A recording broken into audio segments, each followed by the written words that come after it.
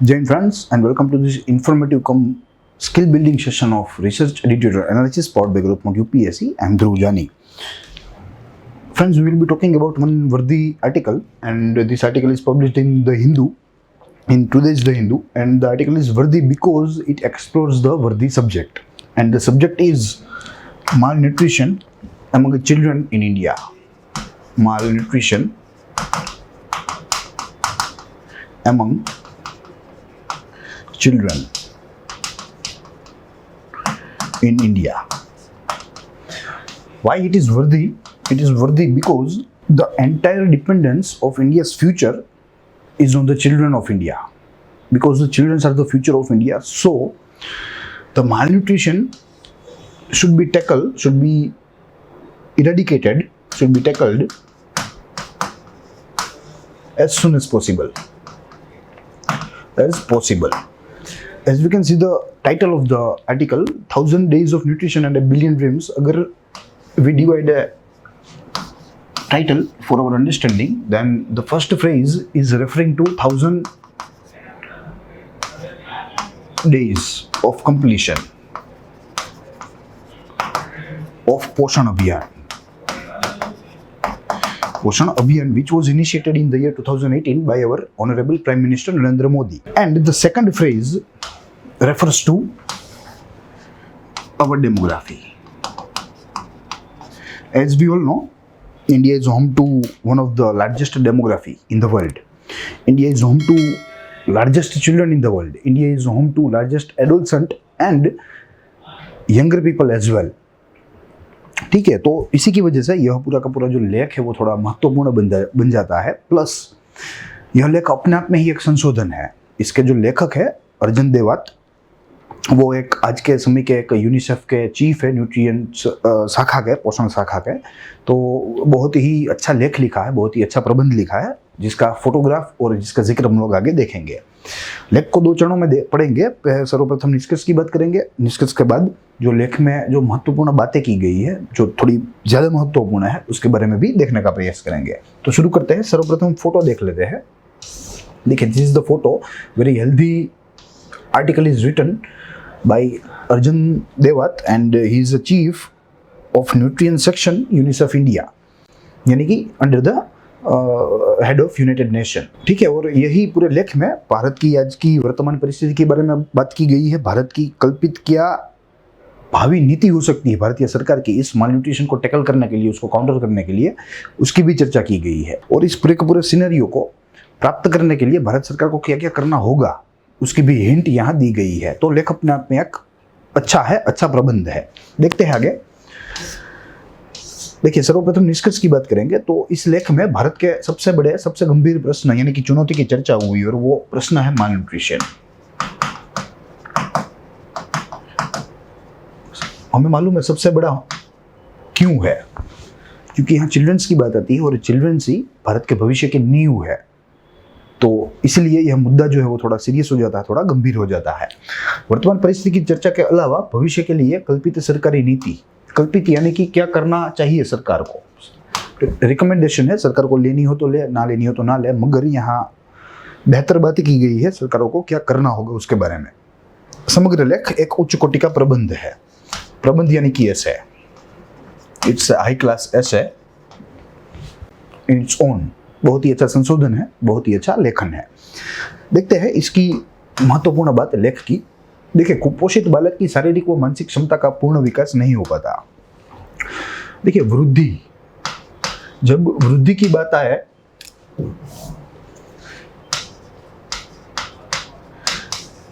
तो वृद्धि जो है वो दोनों प्रकार की होती है, शारीरिक भी होती है और मानसिक भी होती है। तो जब यहाँ हम कुपोषण और बच्चों के संदर्भ में वृद्धि की चर्चा करें, वृद्धि का जिक्र करें, तो हमें समझना है कि दोनों प्रकार की वृद्धि, शारीरिक व मानसिक। सिर्फ शारीरिक को हम लोग नहीं गिन सकते, सिर्फ शारीरिक आवश्यक नहीं है, उसके साथ साथ मानसिक भी उतनी ही आवश्यक है।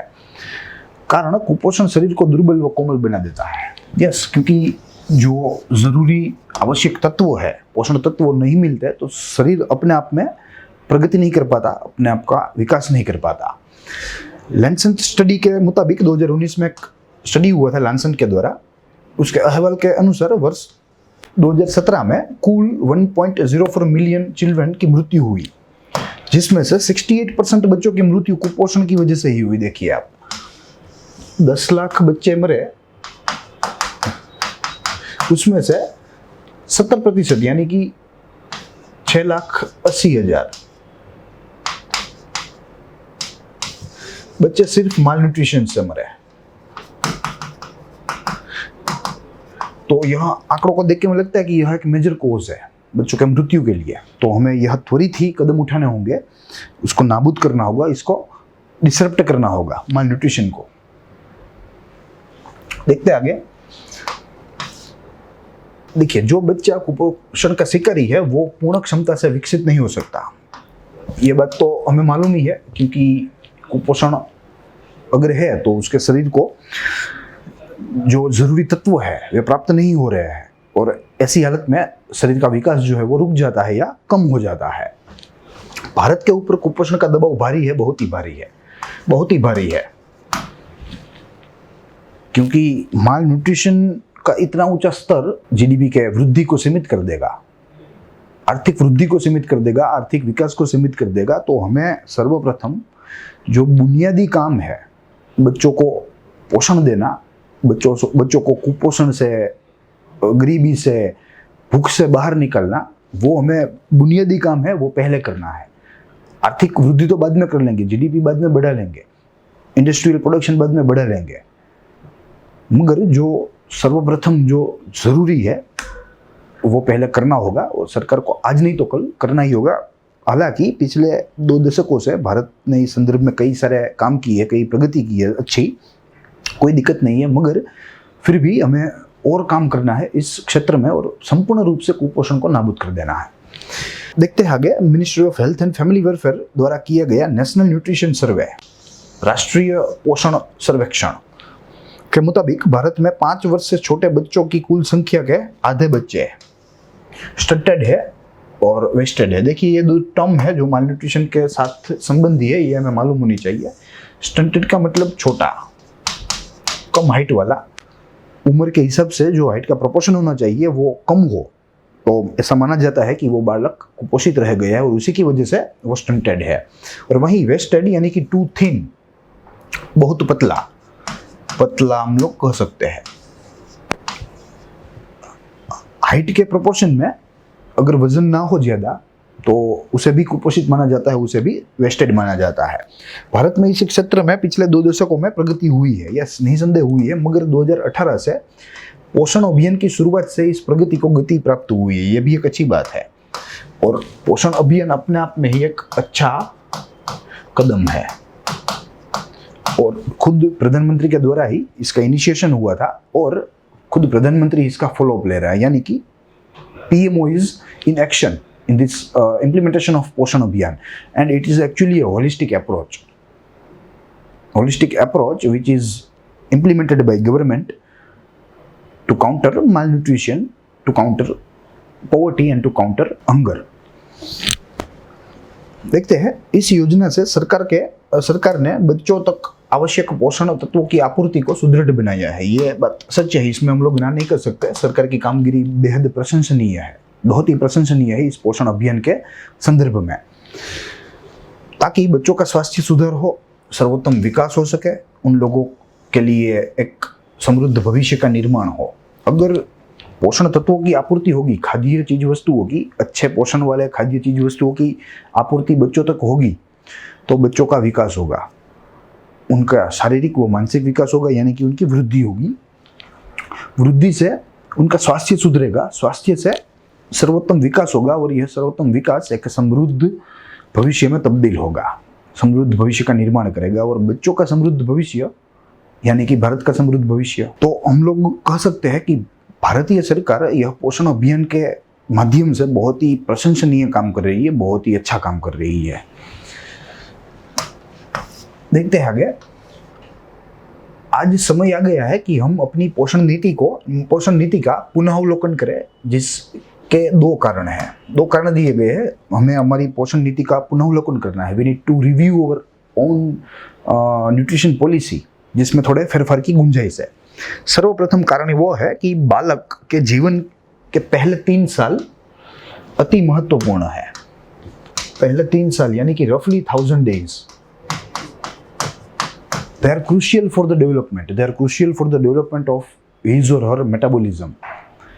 अगर उस समय उसे अच्छा खुराक दिया गया, अच्छा पोषण मिला, तो उसका शरीर जो है वो पूर्ण रूप से विकसित हो सकता है। मगर उसी समय पर उसको अच्छा खुराक नहीं मिला, अच्छा पोषण नहीं मिला, माँ का दूध नहीं मिला, तो उसका जो शरीर है उसकी वृद्धि क्षमता कम हो सकती है। बच्चे के शारीरिक व मानसिक विकास के लिए निर्णायक होते हैं। Yes, they are decisive. पूरे जीवन चक्र का अति महत्वपूर्ण समय है। पूरे जीवन चक्र का it's a crucial time of entire life cycle. अगर यही समय पर प्रॉपर पोषण नहीं मिला, प्रॉपर न्यूट्रिशन नहीं मिला, then there is a fear that they will be malnourished या दे माइट रिमेन मालनरिश्ड। देखते हैं दूसरा कारण, पोषण के ऊपर हमारा ध्यान केंद्रित करना है। We need to apply our attention on nutrition. समय की मांग है क्योंकि कोविड ने भारत की पोषण नीति को नष्ट भ्रष्ट कर दिया। Yes, actually disrupted. Covid actually disrupted not only economic activities but it disrupted this type of activities too, which are too necessary, too mandatory for a society, for a development of society. देखिए यहाँ हमारे पास 2 उदाहरण भी है कैसे Covid ने इस पूरी नीति के ऊपर अपना प्रहार करा और नीति को काम करने से रोका। सर्वप्रथम कोविड-19 करोड़ों लोगों को गरीबी में धकेल रहा है। Yes, it is pushing thousands of families, millions of people into poverty. कुपोषण वो खाद्य असुरक्षा ज्यादा तीव्र बनेगी। As we know that as the level of poverty rises, it will trigger malnutrition and it will trigger food insecurity too. तो ये भी एक गंभीर मुद्दा है। और सामने जो लॉकडाउन की वजह से कुछ आवश्यक सेवाएं थी, essential services,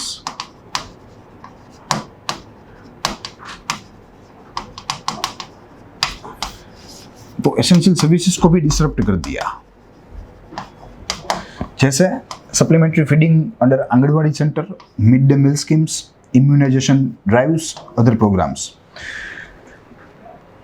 These all are the programs which are under the purview of central government and they are run to counter malnourishment या आप कह लीजिए अंडरनरिशमेंट। मगर कोरोना की वजह से ये सब प्रोग्राम रुक गए, शालाएं बंद हो गई, बच्चे स्कूल जाने से रुक गए, तो खाना भी अब उन लोगों को नहीं मिल रहा है। खाना नहीं मिल रहा है तो कुपोषण होगा। प्लस यहाँ एक और भी बात है, कोविड की वजह से इकोनॉमिक सिचुएशन डिटीरिएट हुई है सबकी, किसी भी स्ट्रेटा में हो। अपर स्ट्रेटा वाले की भी हुई है तो डाउन स्ट्रेटा वाले का तो हम लोग हाल समझ सकते हैं।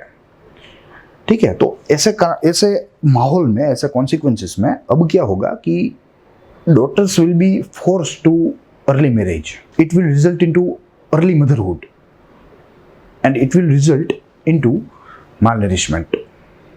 ठीक है, तो बहुत सारे मुद्दे हैं, बहुत सारे गंभीर प्रश्न है हमारे देश के सामने, चुनौतियां हैं जिसको टैकल करना है। उसमें से माल नरिशमेंट ऑफ चिल्ड्रन जो है वो बहुत ही बड़ा मुद्दा है और उसे अगर हम टैकल कर लिया तो समझ लो आप 50% हमारा जो पॉलिटी एंड गवर्नेंस का काम है हमारी सरकार का वो हो गया, क्योंकि हमने सीधे नींव ही पकड़ी है भारतीय भविष्य की। तो अगर हम उसको ठीक करेंगे तो भविष्य तो अपने आप ही ठीक होगा ही होगा। देखते हैं आगे। देखिए, भारत में बच्चों के पोषण के लिए विश्व की कुछ बड़ी योजना चल रही है, जैसे इंटीग्रेटेड चाइल्ड डेवलपमेंट स्कीम, जिसे शॉर्ट फॉर्म में ICDS कहा जाता है, and it was initiated I think in the year 1985। उसके बाद मिड डे मील प्रोग्राम है, ये भी दुनिया का सबसे बड़ा मिड डे मील प्रोग्राम है। आप कह लीजिए स्कूल में खाना देना बहुत ही rarest of the rare case में होता है, rarest of the rare governments में होता है, मगर भारत में हो रहा है और बड़े पैमाने पर हो रहा है। और आखिरी में पब्लिक डिस्ट्रीब्यूशन स्कीम, जो कि एंटाइटल्ड परिवारों को सब्सिडाइज्ड राशन देगी। ठीक है, तो यहाँ योजनाओं की कमी नहीं है भारत में, लेखक के मुताबिक यहाँ योजनाओं की कमी नहीं है, मगर उसके इम्प्लीमेंटेशन में हमें ध्यान रखना है, उसके इम्प्लीमेंटेशन में हमें फॉलोअप लेना है उसका इम्प्लीमेंटेशन हमें अच्छी तरीके से करना है ताकि हमें उसमें से रिजल्ट्स मिलने लगे और वही रिजल्ट से हम लोग आगे फर्दर प्रोसीड कर सकते हैं, आगे फर्दर ग्रोथ कर सकते हैं। देखिए, भारत को जरूरत है प्रत्येक माँ बच्चे के पास पहुंचाने की। क्या पहुंचाना है माँ बच्चों के पास? तो 12 महीने पोषण माह के। Every month is a nutrition month. कोई एक मंथ को डेडिकेटेड नहीं है। आज हम लोग एक सितंबर मंथ को as a symbolic month celebrate कर रहे हैं, मगर 12 के 12 मंथ जो है वो पोषण माह ही होने चाहिए। यानी कि throughout the year mother and their child are entitled for nutrition. उसके बाद 52 वीक्स 52 सप्ताह ब्रेस्ट फीडिंग। आज हम लोग एक ब्रेस्ट फीडिंग वीक के तौर पर उसको मनाने की कोशिश करते हैं, मगर यहाँ लेखक का कहना है कि every single week in a year is a breast feeding week. Every single week. ये करने से मालन्यूट्रिशन दूर होगा, हंगर दूर होगी, तो उसी की वजह से इसकी सकारात्मक असर जो है वो हमारे भविष्य पर पड़ेगी। और 365 days of take home ration.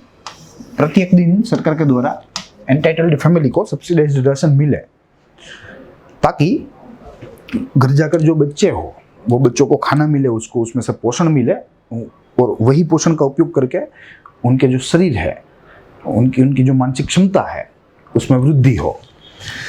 Bharat को अपनी इस परिकल्पना को पूर्ण करने के लिए आर्थिक प्रतिबद्धता यानी कि कमिटमेंट रखनी होगी। Yes, without any type of financial backup, without any type of financial assistance, the proposed theories, the proposed योजनाज या प्रोग्राम्स आर नॉट पॉसिबल।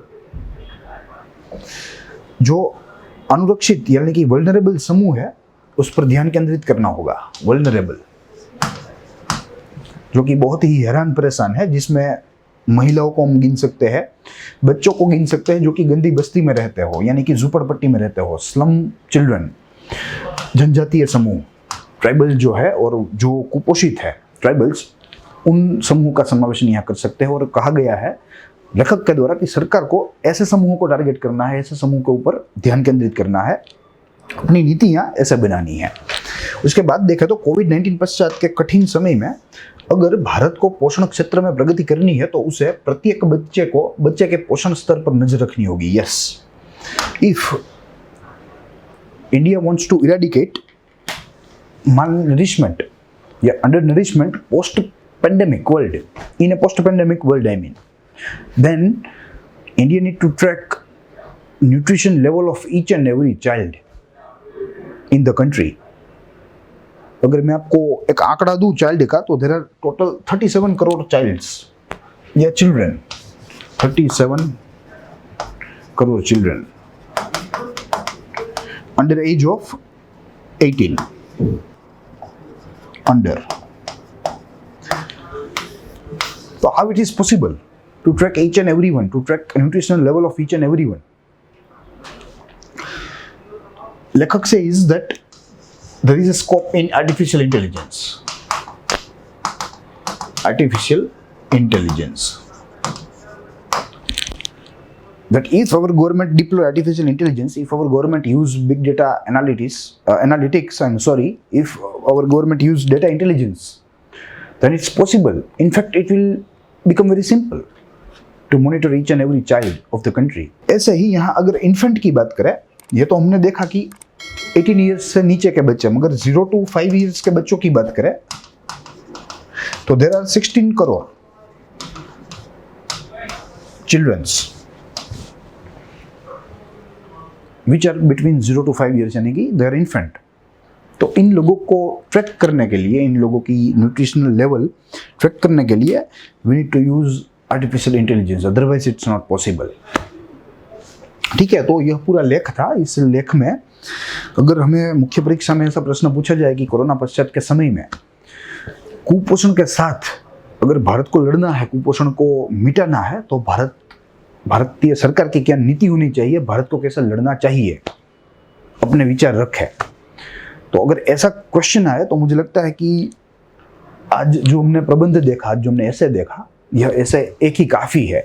इसमें हमें कोई सुधार नहीं करना है, कोई वस्तु को इसमें जोड़ना नहीं है, कुछ इसमें से काटना नहीं है। यह एक बहुत ही अच्छा, बहुत ही उच्च प्रकार का जो प्रबंध था, जो हमारी परीक्षा का जवाब हो सकता है, परीक्षा के प्रश्न का जवाब हो सकता है। तो आज मैं अपनी बात को यहाँ रोकता हूँ, अगले दिन मिलेंगे अगले अभ्यास के साथ, अगले आर्टिकल के साथ। तो तब तक के लिए देखते रहिए ग्रोथ मोड यूपीएससी। स्वस्थ रहिए, खुश रहिए।